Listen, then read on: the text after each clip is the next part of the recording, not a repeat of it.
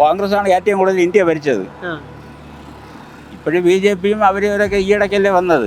അപ്പം അവരാണല്ലോ ഇതെല്ലാം തുടങ്ങി വെച്ചത്. അവരെ അഴിമതി തന്നെ അവർ തന്നെ ആദ്യം പഠിപ്പിച്ചത്. കോൺഗ്രസ്സാണ് അഴിമതി പഠിപ്പിച്ചത്. പിന്നെ അല്ലാതെ വേറെ ആരും അഴിമതി പഠിച്ചില്ല. അവരെ തന്നെ കൂടുതൽ ഇന്ത്യ ഭരിച്ചിട്ടുള്ള അവരാണ് ഏറ്റവും കൂടുതൽ അഴിമതിക്കാർ. അവരെ കാലത്താണ് ഈ ഇടമലയാറ് കേസിൽ ശിക്ഷിക്കപ്പെട്ടതൊക്കെ എല്ലാം.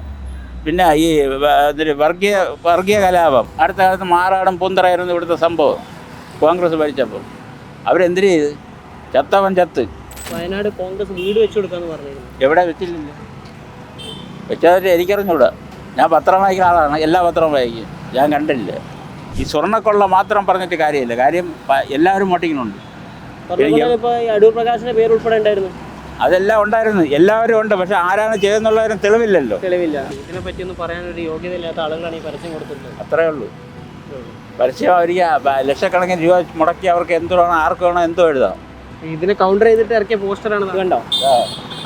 ഇതിൽ അവർ ചെയ്തിട്ടുള്ള അഴിമതികളൊക്കെ ഉണ്ട്. കോൺഗ്രസിന്റെ അഴിമതികളൊക്കെ പറയുന്നുണ്ട്.